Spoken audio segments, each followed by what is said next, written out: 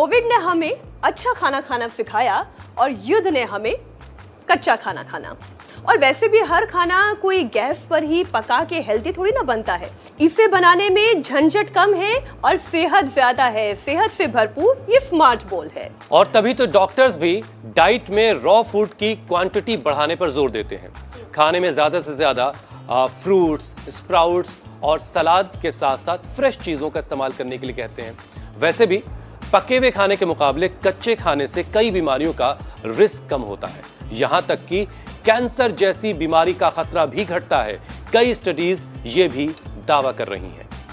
और वैसे भी हुसैन, आज बात केवल हेल्थ टिप की नहीं है, बल्कि इसके पीछे मिडिल ईस्ट के उस क्राइसिस की, उस संकट की भी वजह है।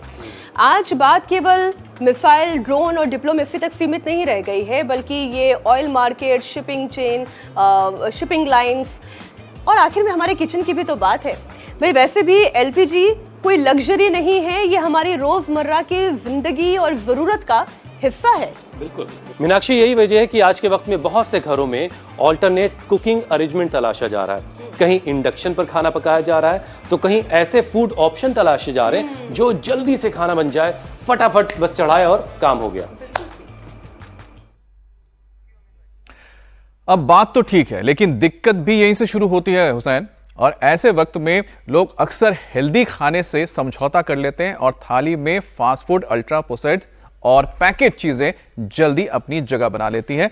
वैसे मीनाक्षी और हुसैन, आप लोगों ने एक पंथ दो काज का काम किया है। एक तो एलपीजी की जो दिक्कत हो रही है उसका उपाय बता दिया, लेकिन साथ ही आपने कैसे एलपीजी बचाना है उसका भी उपाय बताया है। वो तो 12 महीने चलता रहेगा। क्योंकि अमित, यही समझदारी की जरूरत थोड़ी सी ज्यादा है, क्योंकि मुश्किल वक्त में खाना छोड़ा नहीं जाता, खाना स्मार्ट बनाया जाता है।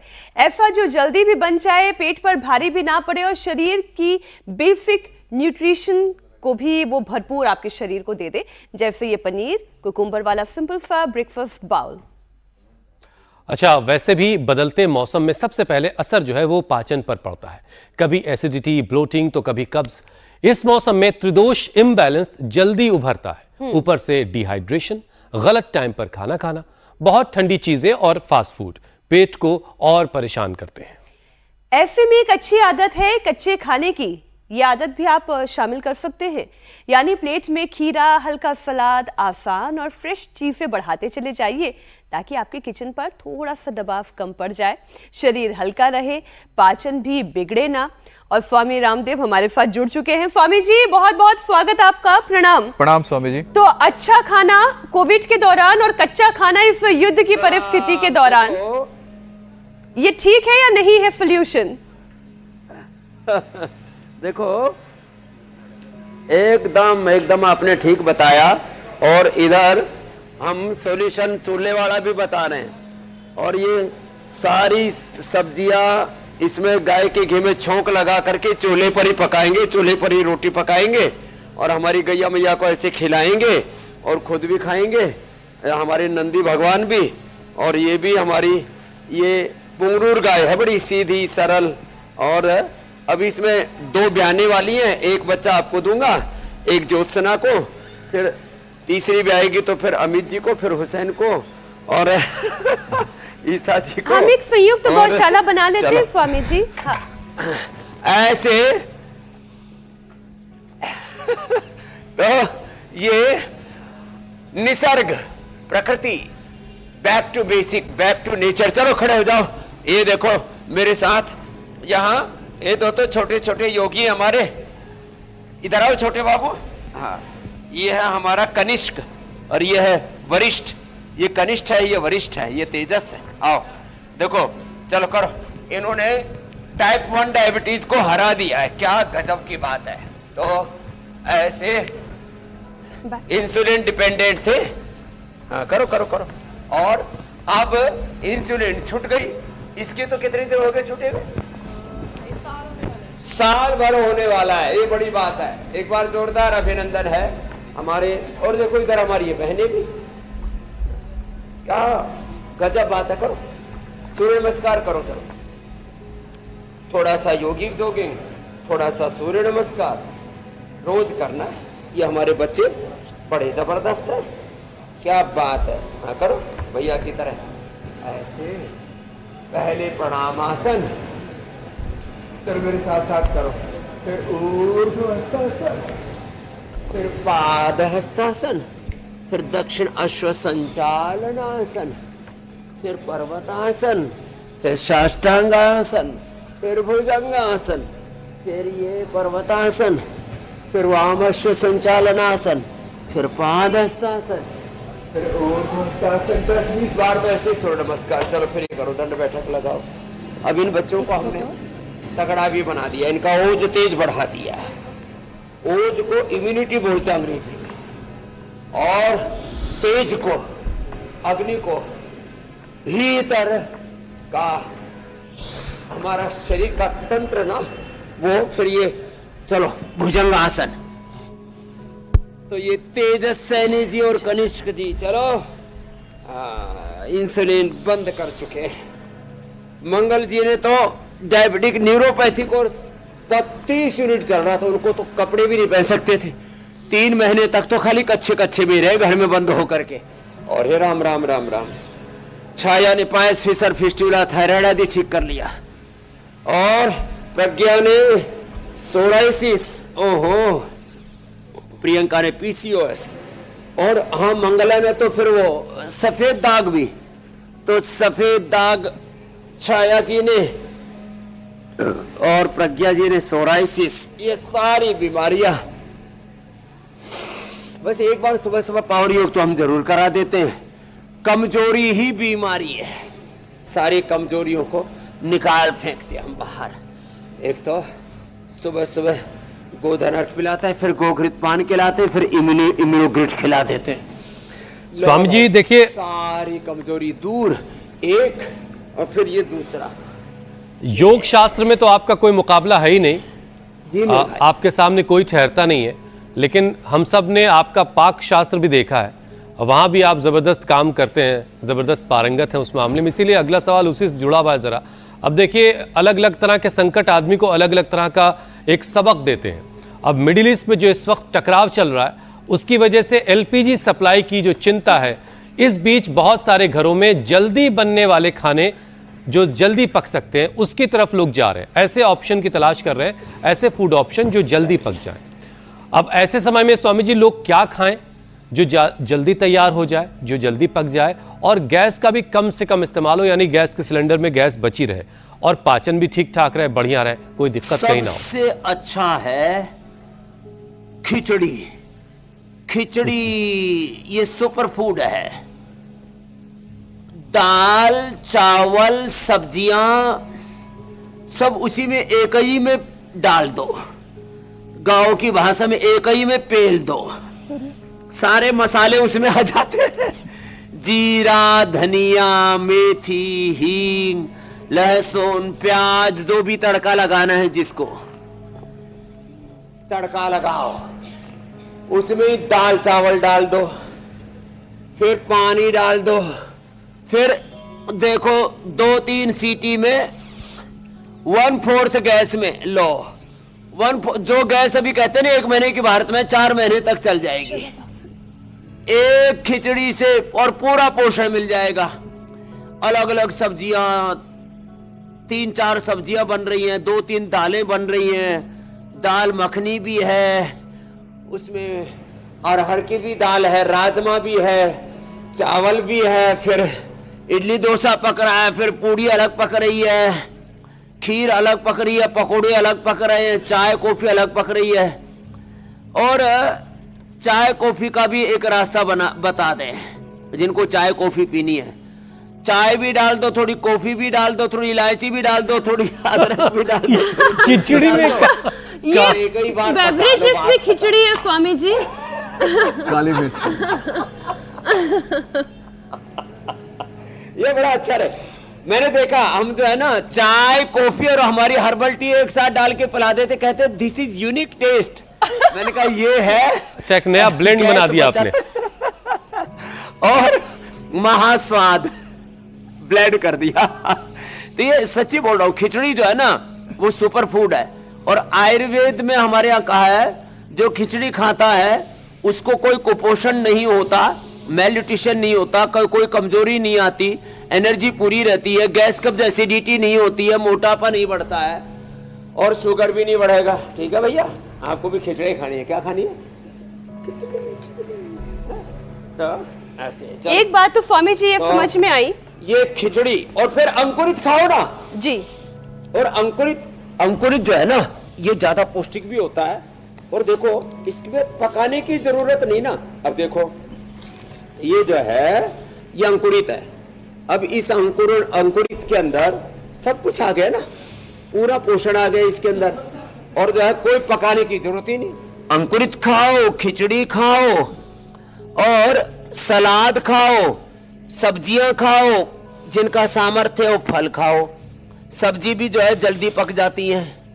राजमा थोड़े दिन बाद में खा लेंगे, राजमा के बिना कौन से मरे जा रहे हैं। राजमा है, पहाड़ में थोड़ी कुलथ की दाल है, इनमें ज्यादा गैस लगती है। तो गैस बचाने का एक उपाय स्वामी जी, मैंने ये भी लोगों को देखा कि खाना पकाने से पहले खाओ, फल खाओ, सब्जियां खाओ, चावल दाल जैसी जो चीजें हैं इनको भिगो के रख देते हैं ज्यादा वक्त के लिए, तो उसमें फिर कुकिंग गैस का इस्तेमाल पहले के मुकाबले थोड़ा ज्यादा होता है। एक छोटी बात और इसमें ऐड कर लूं हुसैन, प्लीज प्लीज। जो अभी स्वामी जी कह रहे थे कि सुबह से घर का किचन शुरू हो जाता है, कोई पराठा खाना चाहता है, कोई डोसा खाना चाहता है, कोई अलग अलग किस्म के खाने खाना चाहता है, तो भांति भांति का खाना खाने के बजाय कपाल भांति कर लेना ज्यादा अच्छा है और खाने में पौष्टिक खिचड़ी। ठीक हुसैन? बिल्कुल। और बाद में अंकुरित खा लो। हाँ बिल्कुल।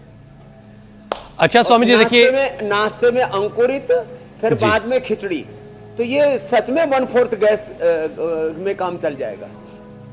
ठीक है, फिर लाइन नहीं लगानी पड़ेगी कहीं जाके आपको। चलिए, आपने बताया खिचड़ी में भी दाल चावल पहले भिगो दो। हाँ स्वामी जी देखिए, भाग दौड़ भरी जिंदगी है सबकी और बहुत सारी मजबूरियां भी हैं। अब इन्हीं की वजह से अब बहुत सारे लोग जो है पैकेज वाले फूड जो है और जो इंस्टेंट तैयार हो जाते हैं या फिर फास्ट फूड, ये सारी चीज़ों का इस्तेमाल ज़्यादा करने लगे हैं। अब स्वामी जी ज़रा सबसे पहले तो ये बताइए कि इस तरह का जो खाना है, जो पैक्ड आइटम आते हैं, इनसे कैसे नुकसान पहुंचता है और किन शुरुआती संकेतों से ये समझा जाए कि ये वाला जो खाना, जो पैक्ड आइटम आ रहा है, ये हमारे पाचन को बिगाड़ रहा है। कौन से लक्षण शुरू होते हैं? फूड, पैक्ड फूड, इसमें एक तो प्रिजर्वेटिव बहुत होता है, दूसरा सोल्ट और शुगर, चीनी बहुत होती है, और तीसरा ये बासी नहीं। हमारे यहाँ तो बासी भोजन भी नहीं खाते थे, बोले तामसिक होता है।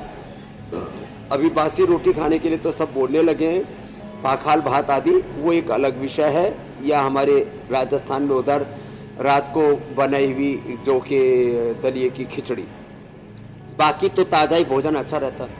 तो 4-4 महीना, 6-6 महीना पैक्ड बंद जो है, ये सब अलग अलग प्रकार का आहार, पैक्ड फूड, मीट से लेकर के शाकाहार से लेकर के वेगन तक, ये जितना भी पैक्ड फूड है उसकी एनर्जी ही नेगेटिव हो जाती है।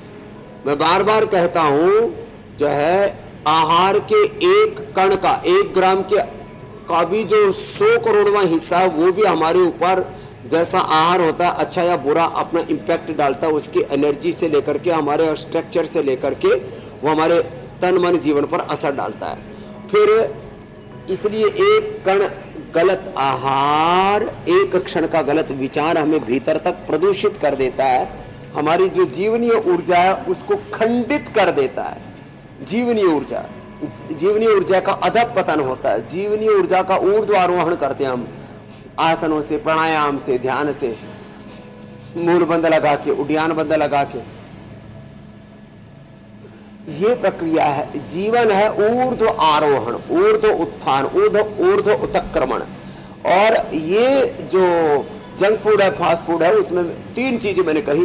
एक तो बासी, महाबासी, दूसरा उसमें प्रिजर्वेटिव, तीसरा उसमें हाई सोल्ट, हाई शुगर, और फिर उसके जो नैसर्गिक फूड कंपाउंड्स होते हैं वो ही बाधित हो जाते हैं। चलो बाबू, आपने बहुत अच्छा किया, पापा के पास जाओ तो मैं जोरदार ताली बजा दो कनिष्क के लिए। जाओ।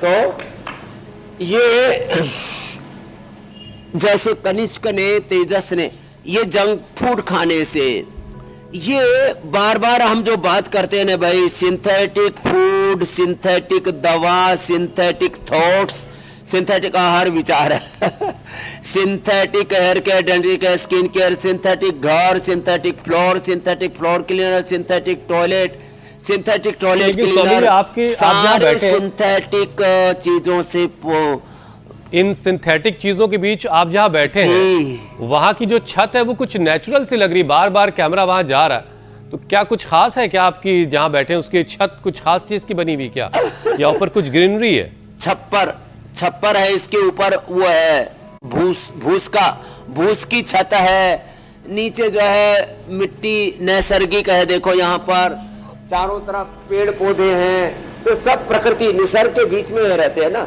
कल जो है आपने देखा था वो हमारा लकड़ी वाला घर, तो निसर्ग के बीच में सच में एक अप्रतिम आनंद होता है, और ये बहुत जरूरी है जीवन के लिए। तो सिंथेटिक चीजों का बहिष्कार, बायकॉट करना ही पड़ेगा। और अभी तो मैं कहूंगा इस समय गैस की किल्लत हो और तेल की किल्लत हो, तो गैस के साथ तेल की तो बात की ही नहीं आपने। अरे भैया पैदल चलो, अपनी दो पहिए वाली जो अपनी जीवन रूपी गाड़ी है ना, आत्मानम रथम विद्धि शरीरम रथमेव तो बुद्धिम कुसार्थम विद्धि मनः प्रग्रहमेव च। तो क्या करना है, साइकिल चलाओ, हो सके तो मोटरसाइकिल, गाड़ी कम से कम चलाओ, बहुत जरूरी होने पर। जो गाड़ियां खाली घूम रही है, जो स्टेट गवर्नमेंट ने जो बसें चला रखी हैं, गाड़ी, ट्रेन, बसें, अरे हवाई जहाज, ये पर्सनल जेट, पर्सनल अपवाद रूप में देखो अपरिहार्य परिस्थितियों में प्रयोग करना पड़ता, अलग बात है। बाकी भाई देखो, हम तो सार्वजनिकता में, सामूहिकता में विश्वास रखते हैं। इतना करेंगे तो सच में देश का लाखों करोड़ रुपए की बचत होगी। ठीक है स्वामी जी, अब लोग जो है ख्याल करेंगे इस बात का भी कि अगर अभी गैस की दिक्कत है तो हालांकि सरकार साफ साफ कह रही कि कहीं भी ऑयल की यानी पेट्रोलियम प्रोडक्ट्स की कोई दिक्कत नहीं है, लेकिन फिर भी अगर साइकिल आप चलाना चाहें तो बहुत अच्छी बात है, बहुत शानदार बात है, ये आपके हेल्थ के लिए बहुत ही अच्छा, और जाहिर है देश की आप पैसों की बचत भी आप करेंगे साथ। खर्चा कम होगा। अच्छा स्वामी जी, देखिए गर्मी और ये बदलता हुआ मौसम, इसमें लोगों को कभी एसिडिटी, कभी गैस, कभी पेट फूलना और कभी भारीपन महसूस होता है। अब स्वामी जी, आयुर्वेद के हिसाब से इस मौसम में पाचन सबसे ज्यादा क्यों बिगड़ता है और इसे शुरुआत में ही कैसे संभाला जा सकता है? एक तो पवन मुक्तासन, एक ये उत्तान पादासन, एक ये नौकासन, फिर जिनसे बन पाए उनके पादांश नासा स्पर्शासन, सेतुबंध, सर्वांग हलासन भी करवा देते हैं। मंडूकासन से लेकर के गोमुखासन तक, पवन मुक्तासन से लेकर के सर्वांगासन, हलासन, शीर्षासन तक पाचन के लिए बहुत अच्छे। एक तो संचित ऋतु के दोष इकट्ठे हो जाते हैं, वात वालों का वात बढ़ जाता है, कफ वालों का कफ, पित्त वालों का पित्त, किसी का त्रिदोष, किसी का द्विदोष बढ़ जाता है। और इन बढ़े हुए दोषों को निकालने के लिए इसलिए हमारे यहाँ पर जब ऋतुओं का संधि काल होता है, वैसे तो 6 ऋतु, उसमें भी 2 प्रधान ऋतुएं हैं, एक सर्दी और एक गर्मी। अब इसके संधि काल में यदि कोई पतंजलि वैन्यास योगग्राम निरामय में आ जाए, अब हमारे यहाँ तो वैसे भीड़ ज्यादा हो रखी, हम कह रहे भाई अब पहले से रजिस्ट्रेशन करा के आना भैया, जगह कम है भैया, तो उसमें उपवास करते हैं। इसलिए दो नवरात्र हमारे यहाँ पर, अभी एक रामनवमी का और फिर एक दीपावली वाला नवरात्र है। ये दोनों ही नवरात्र जो है उपवास, उपासना, शंख प्रक्षालन, कोलन थेरापी, बस्ती और फिर वमन आदि, जल नीति, सूत्र नीति आदि, ये जो हम करवाते नहीं, इसके लिए बड़े जरूरी होते हैं।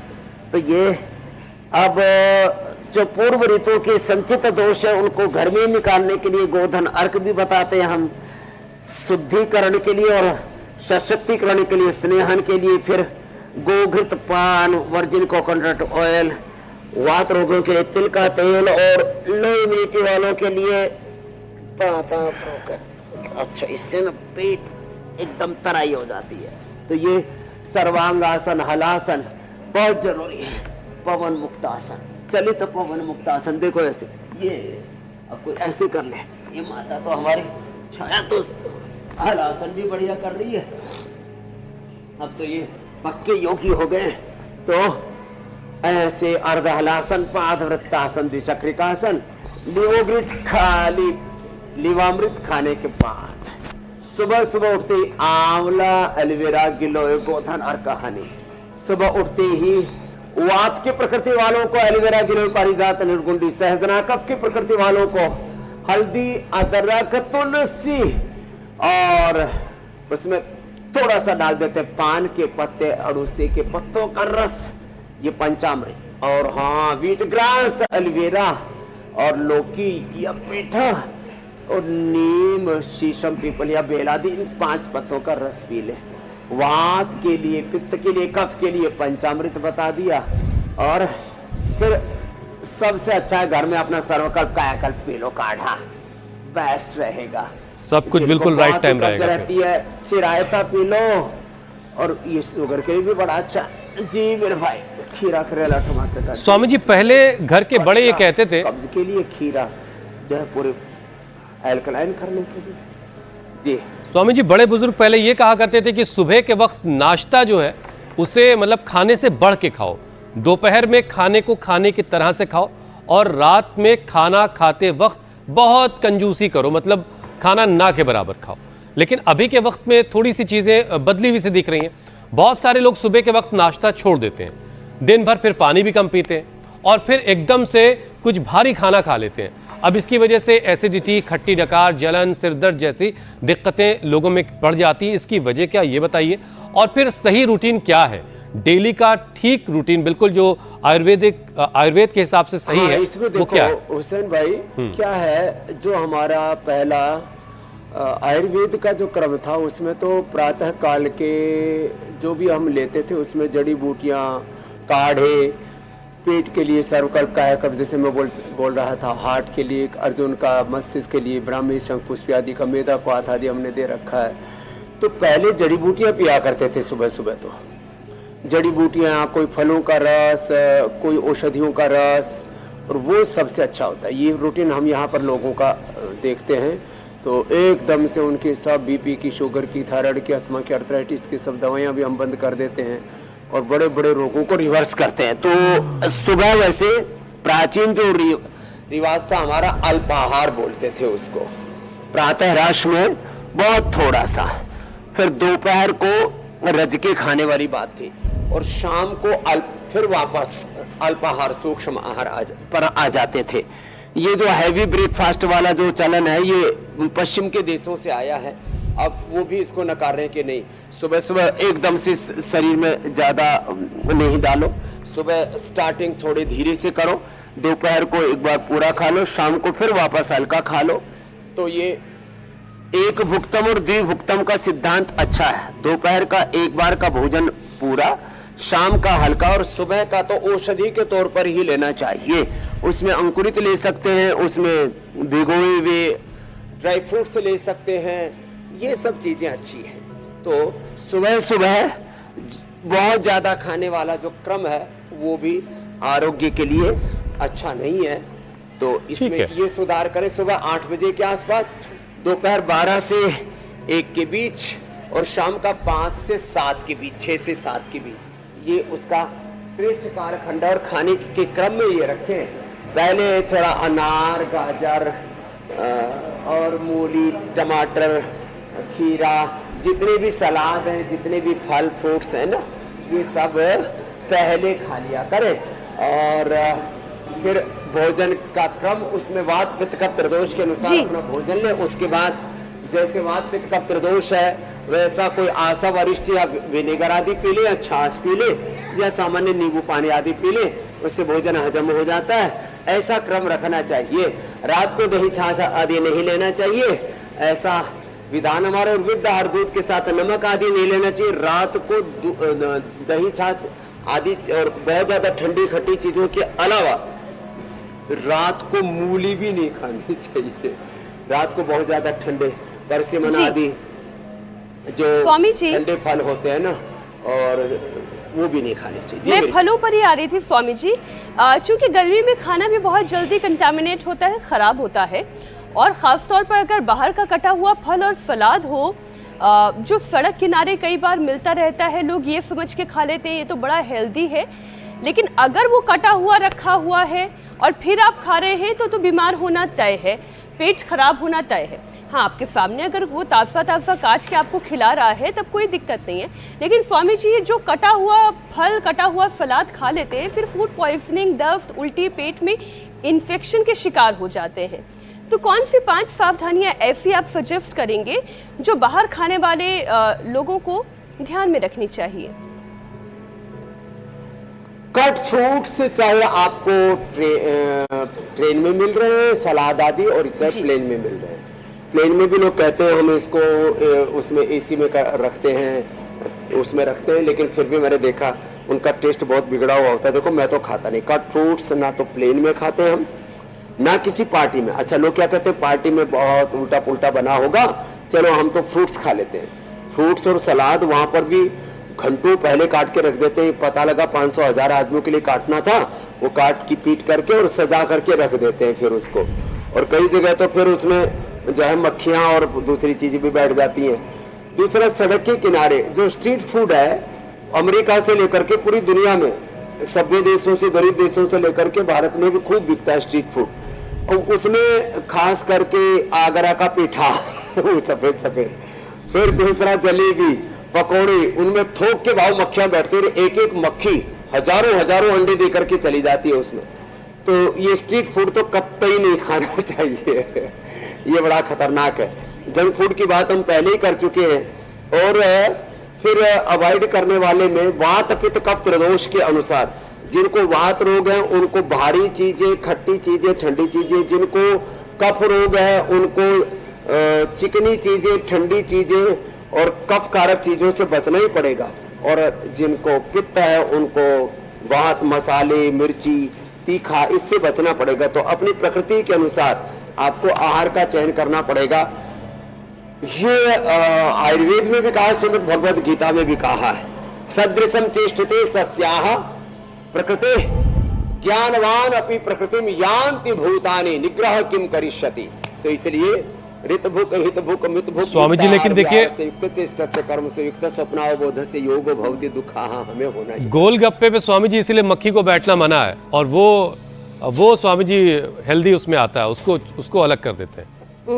चलेगा ना? गोलगप्पे को लोग उसमें चारों तरफ ग्लास का सा बना करके उसमें रखते हैं, लेकिन उसका जो पानी होता है बड़ा सड़ियल होता है। बड़े दिनों बाद ये शब्द सुना स्वामी जी। गोल गोल, और उसमें जो है सड़ियल सा पानी डाल करके गप कर जाते हैं, बहुत परेशान रहते हैं बाद में।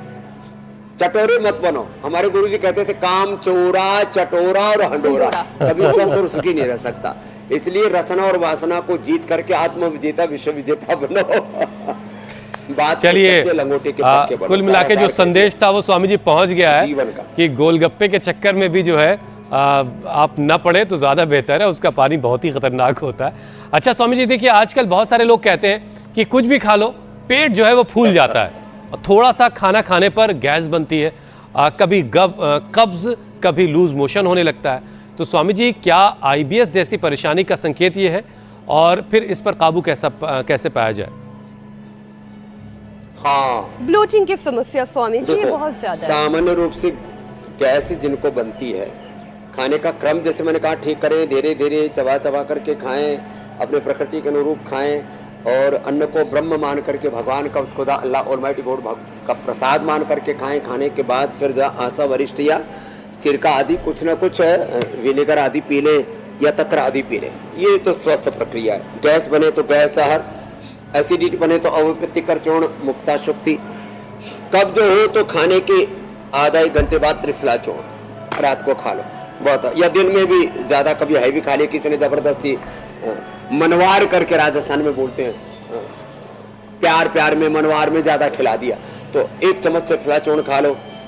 किसी को कोलाइटिस है तो खाने के बाद कोडजारिस्ट, कोटा जगनवटी, कोलोग्रीट, बड़ी जबरदस्त चीजें हैं, खाली पेट कोलोग्रीट खिलाते हैं, खाने के बाद कोटा जगनवटी। फिर किसी किसी को पायस फिसर फिस्टुला होता है तो सुबह तो कायाकल्प और ऑर्सोग्रिट ले लेना। एलोवेरा बहुत अच्छा होता है, एलोवेरा एसिडिटी के लिए भी, पायस फिसर फिस्टुला के लिए भी। तो सामान्य रूप से एसिडिटी होगी ही नहीं, जैसे मैंने कहा। और सुबह सुबह अंकुरित खाओ, ये सुबह सुबह अंकुरित, और दिन में जैसे हमने बताया सात्विक आहार, शाम को हल्का खिचड़ी। आज का जो है हमारा स्वामी जी बार बार हमारे आपके बीच बातचीत में ये गैस चली आ रही है, इसमें भी अंकुरित भी मिश्रित अन्न। तो गैस की इतनी बातें हो रही स्वामी जी, फिर मैं सोचो गैस का संकट है क्यों? ये वाली गैस स्वामी जी कुछ मुश्किल हल कर सकती है? ऐसे लोग कुछ देश के काम आ सकते हैं क्या? जी यार हुसैन, ऊपर से या नीचे से आजकल लोगों ने गैस के ऊपर इतने जोक बना रखे हैं। एक बार प्रधानमंत्री जी से भी कुछ बोला गया, उसके भी इतने वीडियो बना करके लोगों ने वायरल कर रखे हैं। अच्छा, लोग भी जो है ना इतने बढ़वे हैं, इतने ठलवे हैं, खाली पड़े हैं, कुछ ना कुछ जो है कार्यक्रम रचते ही रहते हैं। तो देखो, मूली खाने से गैस निकल जाएगी, लेकिन वो गैस सोने पर काम नहीं आएगी। नीचे से गैस निकलेगी, कुछ ऊपर से निकलेगी। मूली खा लेना, और बाकी फ्रेश वेजिटेबल और सब्जियां ज्यादा पका के मत खाओ, ये भी मैं कहना चाहूंगा। तो खिचड़ी खाओ, सब्जियां भी बनानी है। और आज तो हमने स्वामी जी इसलिए रॉ फूड की खूबियां ज्यादा बताई, सब्जी और मिक्स खिचड़ी, ये सब पूरा हो गया। कच्चे खाने में कितने गुण है हमने ये बताया कि कैसे कच्चा खाना जो है बहुत सारी बीमारियों का रिस्क कम करता है। कई सारी स्टडीज ये भी कहती है कि कैंसर जैसी बीमारी का खतरा भी कच्ची चीजों से 70% तक 80% तक कच्चा ही खाते थे। अच्छा स्वामी जी, जिन लोगों को पुराना कब्ज है, गर्मी में उनकी परेशानी और बढ़ जाती है। पेट साफ ना होना, मुंह कड़वा सा रहना, भूख ना लगना, चिड़चिड़ापन, ऐसी क्रॉनिक कॉन्स्टिपेशन में सुबह से रात तक का आसान घरेलू और यौगिक समाधान क्या होना चाहिए? क्योंकि हर कोई इससे, बहुत सारे लोग इससे परेशान हैं।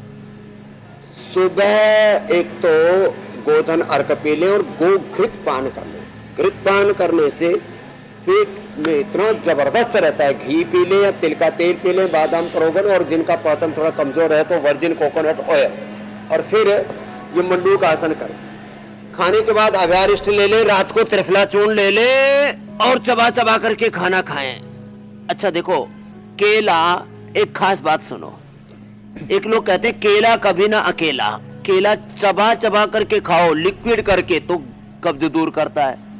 थोड़ा जल्दी खाएंगे तो फिर जो है वो कब्ज तोड़ देगा।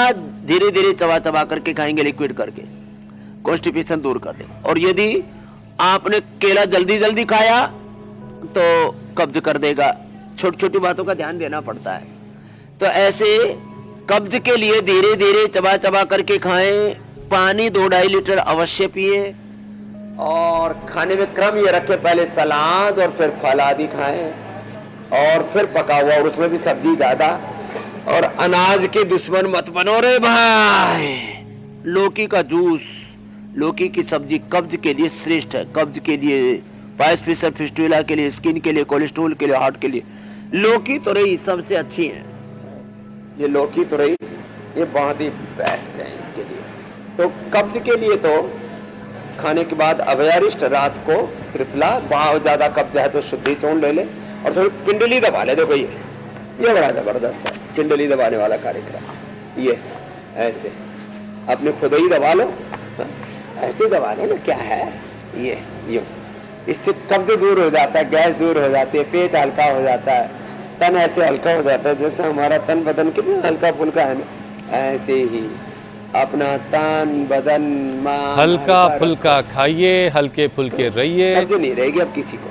तो फिर जो है जिंदगी कितनी हल्की फुल्की सी रहेगी, फिर कहना ही क्या है। स्वामी जी अब जरा वक्त संजीवनी का हो गया है।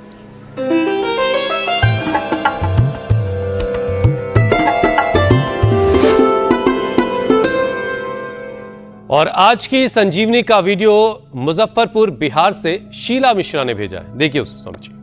इस मूली के बहुत फायदे हैं। इस मूली को मैंने छील के कद्दूकस कर लिया है और कद्दूकस करके ये रस निकाल लिया है। इस रस में थोड़ा सा स्वाद के लिए हल्का काला नमक और नींबू के, आधे नींबू के रस को निचोड़ दें। निचोड़ने के बाद इसे मिलाकर आप पी सकते हैं। पीने से आपके लीवर को डिटॉक्स करेगा, आपकी किडनी में जो पत्थर रहेगा उसे निकाल देगा, आपकी सेहत में फायदेमंद करेगा, आपके वजन को कम करेगा और आपके खून की भी सफाई करेगा। एक छोटा सा सवाल है स्वामी जी, लेकिन क्या लूज मोशन नहीं हो जाएंगे मूली का इतना सारा जूस पीने पर?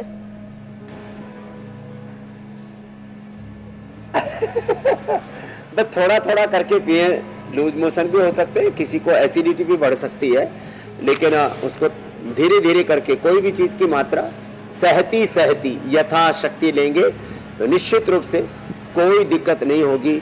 तो योग की संजीवनी, आयुर्वेद की संजीवनी, उपचार की संजीवनी, अब समाचार की संजीवनी और रघुपति भक्ति संजीवनी, मूरी भक्ति की संजीवनी, अनुपान श्रद्धामति पूरा रोज पिलाते 7:56 पर, फिर कल ये संजीवनी पिलाएंगे और सबको रोग मुक्त बनाएंगे, नशा मुक्त बनाएंगे, सबको व्याधि मुक्त समाधि मुक्त बनाएंगे। बहुत बहुत प्रणाम, बहुत बहुत धन्यवाद। प्रणाम स्वामी जी। बहुत बहुत शुक्रिया स्वामी जी।